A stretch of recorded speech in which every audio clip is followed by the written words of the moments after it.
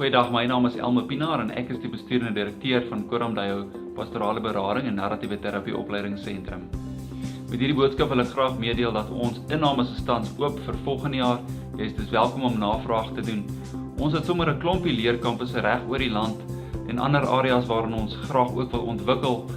So jy moet asseblief kyk na watse areas is daar beskikbaar vir jou om te leer. Jy kan ook aanlyn studeer via video gebaseerde leer op 'n weeklikse basis. En die program waarvan ons nou praat is 'n 2 jaar gevorderde sertifikaat in pastorale en narratiewe terapie wat geakkrediteer is by die Universiteit van Pretoria. En hierdie program is 'n program waarvoor mense vir verskillende redes inskryf. Ons weet daar's die mense wat inskryf want hulle wil graag 'n praktyk vestig in berading of hulpverlening. Dan weet ons daar is die mense wat graag hierdie kursus gebruik as 'n ongelooflike selfverrykingsreis, omdat ons werk met ons eie verhale en die verhale van ons samelewing, kulture, al die verhale van dit wat ons elke dag teekom.